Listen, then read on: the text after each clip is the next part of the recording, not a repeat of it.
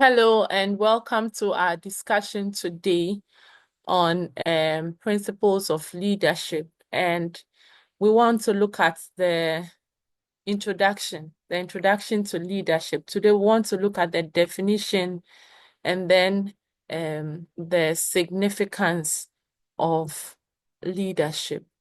So by the end of this class, you should be able to discuss the significance of leadership in organizations. So if we say leadership, basically leadership is the ability to influence, to inspire, or to guide individuals or groups towards achieving a common goal. So a leader is someone who is able to influence, inspire, and guide other people, could be individuals or groups of people, towards the achievement of a common goal. So you'll notice here that leadership goes beyond holding authority or being assigned a particular role or being put in some office. Leadership goes beyond holding authority. Leadership is about influence, it's about vision, and it's about ethical guidance. So you have a group of people you are in charge of. What you as a leader is supposed to do is to influence them, to inspire them, and guide them towards achieving a common goal. Okay? So the the concept of leadership has been around for some time.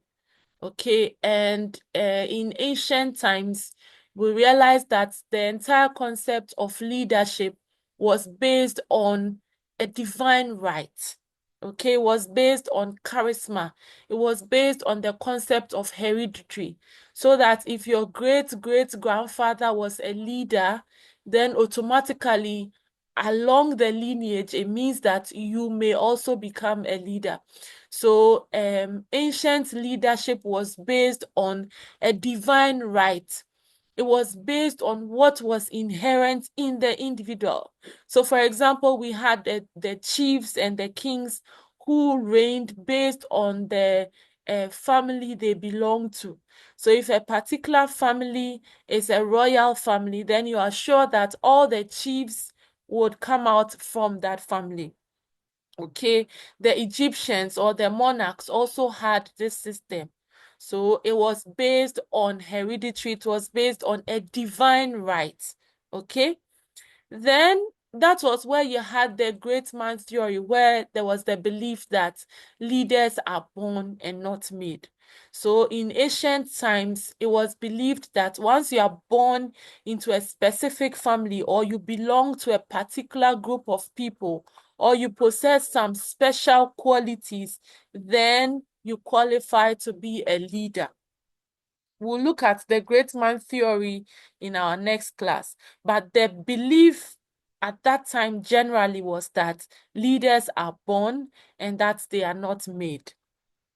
In modern times, there was a shift from the belief that leaders are born to a belief that some behaviors or situations shape leadership. So it means that with modern leadership, there's the focus on behaviors and situations rather than on traits that a particular individual possesses, or from that thought that you belong to a particular family that will make it appropriate that you become a leader because you belong to a particular group of people, or you come from a particular clan, or you possess some characteristics, some charisma. Okay, so with modern shifts, there's the focus on behavior and on a particular situation rather than on the traits that an individual possesses. And then in contemporary times, it is seen that leadership is both developed through skills and experiences. All right. So It doesn't matter what you are born with, or it doesn't matter what the individual does not possess. With the contemporary view of leadership, what it means is that if the individual is exposed to some experiences and is able to acquire some skills, or is able to develop some skills, then he'll be able to lead. Okay, so in contemporary view, leadership is seen as both developed through skills and then experiences. Okay.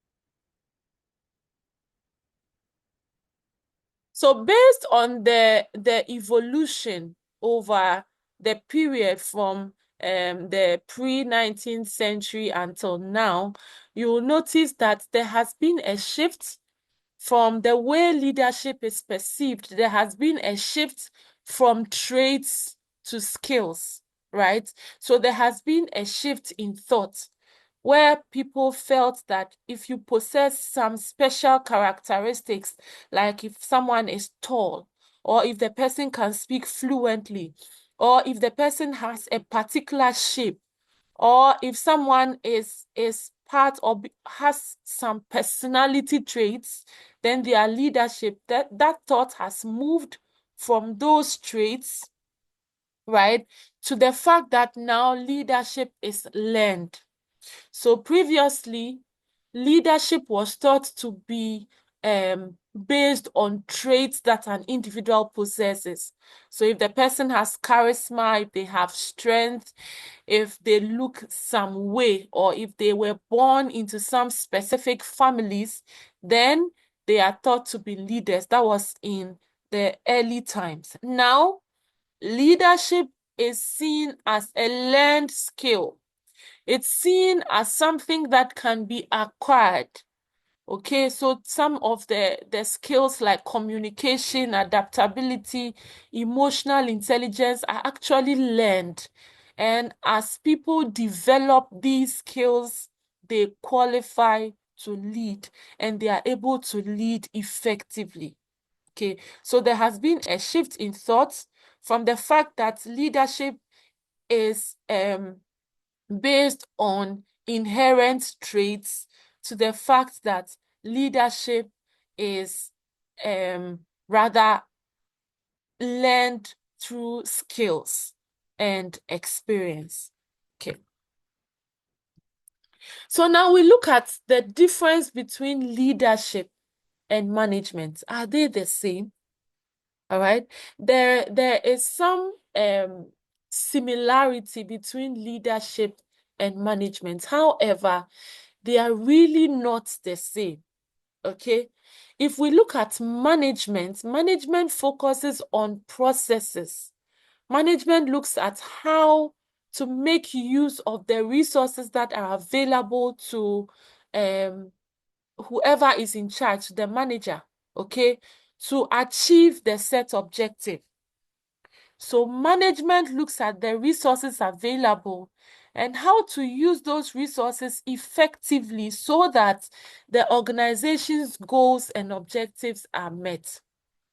However, when you look at leadership, leadership focuses on the vision, the people, and motivating them to be able to achieve the set objective.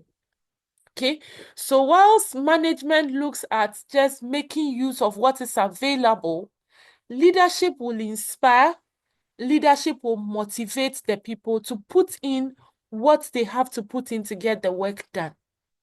Okay, so if you look at management, management focuses on systems and control, right? Putting together things in place that will ensure that the work is done. Okay, so management focuses on systems and controls, whilst leadership looks at the influence and inspiration of the people. Okay, so leadership's focus is on the people, how to influence them and how to inspire them to do what they have to do in the best possible way. All right. So you'll notice that both leadership and management are very essential. They are very important. We cannot do without the two. However, these two are not the same in an organization. So you may have a manager who is not necessarily a leader. Management and leadership are different. One focuses on the process and the other focuses on the people, how to influence the people to put in the work. And leadership focuses on motivation and influence of the people. I believe that the difference between leadership and management is clear. So what then is the role of leadership in the success of every organization, right? We have said that management is not necessarily the same as leadership. So what then is the role of leadership in every organization? So if an organization is being successful, or if an organization is doing well, what role is leadership playing in all of that? The first one is direction. Leadership sets the goals. It sets objectives. Okay, so leadership says what has to be done. After stating what has to be done, leadership also guides the various teams. It guides the individual to how, or it guides the people on how to achieve the set goal or the set objective. So leadership provides direction. And in providing direction, it sets the goals and guides the teams to be able to achieve the goals that have been set. Another role of leadership is the culture. All right. Leadership helps to build a positive environment. It helps to build an environment where people are able to freely operate in a way that will influence the organization's success positively. Okay, so leadership creates an organizational culture that is conducive. It creates an environment where people are able to collaborate, where people are able to work together, where people are able to relate in a manner that will help the organization to achieve its goals, right? Another role of leadership is engagement. Leadership helps to motivate and retain employees. Okay, research has shown that some of the ways that employees are retained and motivated in the organization is when they are able to relate cordially with the leaders, and where the leaders are able to relate also well with the employees. So in a situation where you have cordial engagements, or you have a cordial relationships between the leaders and the employees, you notice that they are able to motivate the employees, and in doing this, they are able to retain the employees, and these employees stay around for a long time, working for the success of the organization. Then other role that leadership plays in the success of every organization is innovation. All right. Leadership encourages creativity and resilience. You will notice that for every organization, the environment is not static. The environment is a dynamic one. And as the environment changes, you'll notice that the way employees work also changes. And sometimes change is not so friendly. But where leadership is playing the role of innovation, they are able to encourage the employees to embrace creativity and to also be resilient. And when this happens, you notice that employees are able to go through changes smoothly, right? So leadership is very important in every organization's success. Now we look at vision and influence, right? Leaders provide vision and they also provide influence. And all of these are needed in the success of every organization. If we say vision, Vision is a clear image, okay? It's a clear image of a better future and a path to achieve it. So vision shows you the destination as well as how to get to that destination, and leadership does this, okay?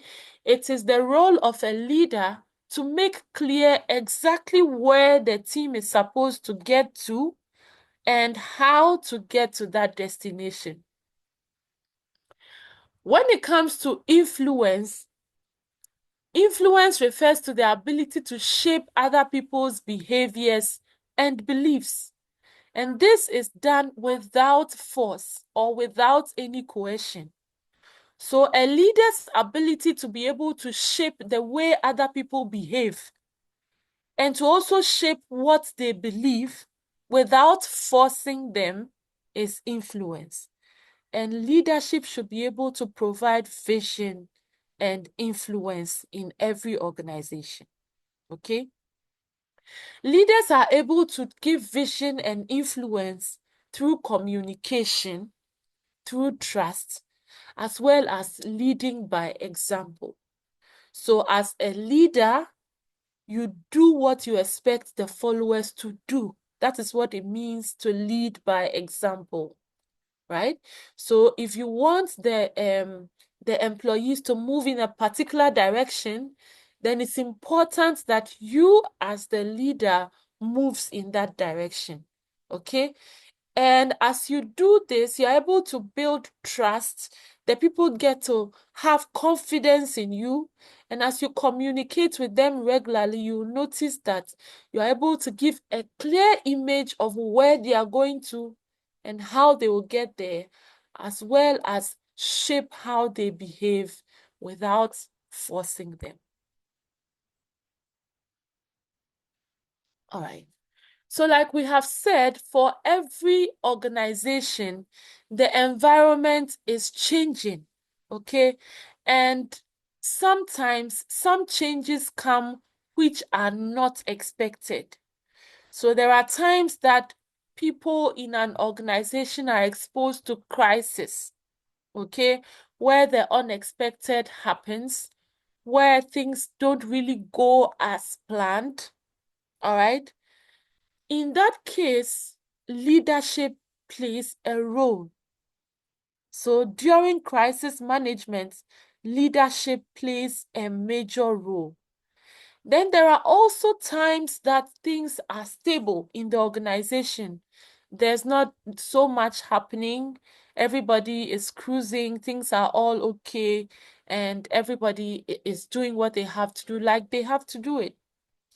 You realize that in both cases, leadership plays a major role. So whether there is stability or whether you have crisis, leadership is needed. So crisis leadership is where there's the need for the leader to ensure that there is calmness, that everybody is made to feel okay, is made to feel calm. No one is anxious about the situation, that decisions are made quickly, right? And that you are able to communicate with the employees in a transparent manner, okay? In a way that makes them know what is happening, okay? In a way that makes them know how things are being handled and whether they are in control or not in control, all right? Then during the stable periods, you'll notice that leaders ensure that they are promoting growth. So where everybody is okay, things are going well according to the plans, then the role of leaders is to ensure that they are promoting growth, they are maintaining values, and they are encouraging people to come up with innovations, to come up with new things. Okay, so crisis leadership requires that the leader calms the people down, make decisions quickly when they have to be made, and ensure that there's transparent communication. Whereas during the stable periods, the leader is expected to ensure there's growth, to ensure that he's maintaining values in the organization as well as encouraging innovation, right? Then we have crisis management. Already we have seen the difference between leadership and management. So crisis management is the process of leading people through uncertain times effectively. All right. So you need crisis leadership in times of managing crisis. All right. I believe that this is clear. You can jot down your questions so that when we meet, we discuss your questions in details. Then we look at when it comes to teams or when it comes to groups of people, right? There's what you call the team dynamics. When people are working individually, it is different from when they are working in a team. Okay, so for the team, it is important that leaders shape communication, they build trust, and then more importantly, they ensure that team members are working in a collaborative mode, right? That they are collaborating on projects. Otherwise, even though individuals are working in a group, you'll notice that if care is not taken, people are in the group, but they will be working as if they are individuals, right? So it is important that a leader for a team ensures that there is transparent communication, that there is trust, and that the people collaborate among themselves during projects. The leader is supposed to motivate the team. And how he does this is to, number one, to recognize the contributions of individuals in the team. Okay, the leader is expected to know what each team member is bringing on board and the contributions that are being made. So once the leader knows the contributions that are being made, it's also important that the leader recognizes these contributions that are made. And then secondly, the leader is supposed to align the personal goals of each team member with the organizational goal. You will notice that the organization expects the team to work together to meet the objective of that organization. However, you have individuals who are working in the team. So it is important that the leader ensures that each person's goal or each person's objective is aligned with the organization's objective. So that even though they are a team, the leader should have a way of ensuring that each individual within the team is having his or her objective met. And when this happens, you'll notice that there will be high performance and also team cohesion. Members of the team will be happy to work together.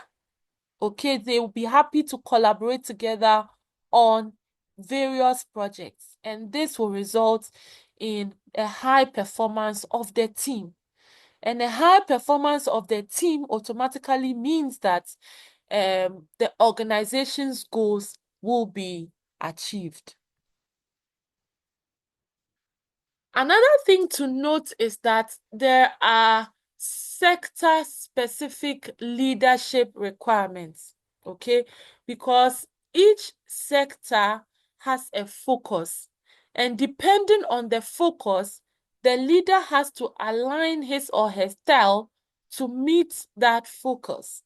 So we'll talk about the corporate leadership, the public sector leadership, non-profit leadership, right?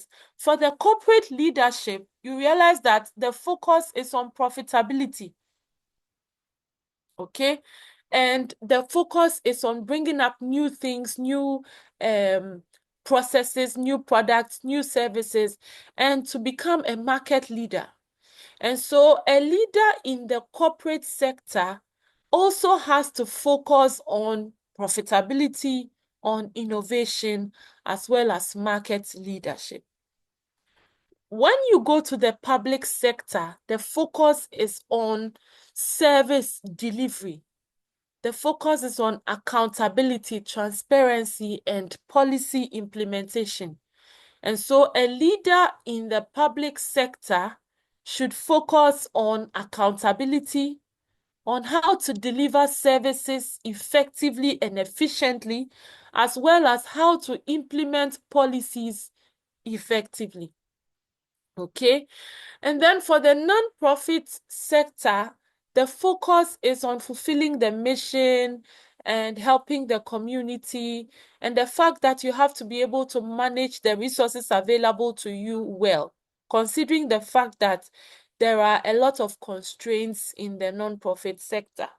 So a leader who works in the non-profit sector should be focused on fulfilling the mission of that organization, should be focused on mobilizing people in the community, as well as ensuring that resource constraints don't affect projects negatively, right? So what you realize from here is that for every context where the leader finds himself, they have to adjust based on what the sector requires. So if you are in the corporate sector, then you have to adjust accordingly and focus on profitability. If you are in the public sector, then you focus on delivery of service to the citizens and how this can be done in a transparent manner. You also have to focus on accountability, right? And then if it is in the non-profit sector, you focus on the mission fulfillment, community mobilization, and all of that. But it is important that leadership is placed in context. So depending on where you find yourself as a leader, you focus on what has to be done, and then you do it accordingly. But know that the focus is on the influence of the people, or motivating the people to bring out the best that is in them. So from all that we have said, we see that leadership evolves with context and need. So depending on the context within which you find yourself and the need at the particular time, then that would determine how your leadership style would evolve. Effective leadership influences organizational success. It influences the culture and also influences how the society will progress, right? And then strategic leadership skills are very, very important in today's complex and dynamic world. Why? Because the business environment is not static. Things are changing by the day. Technology is advancing by the day.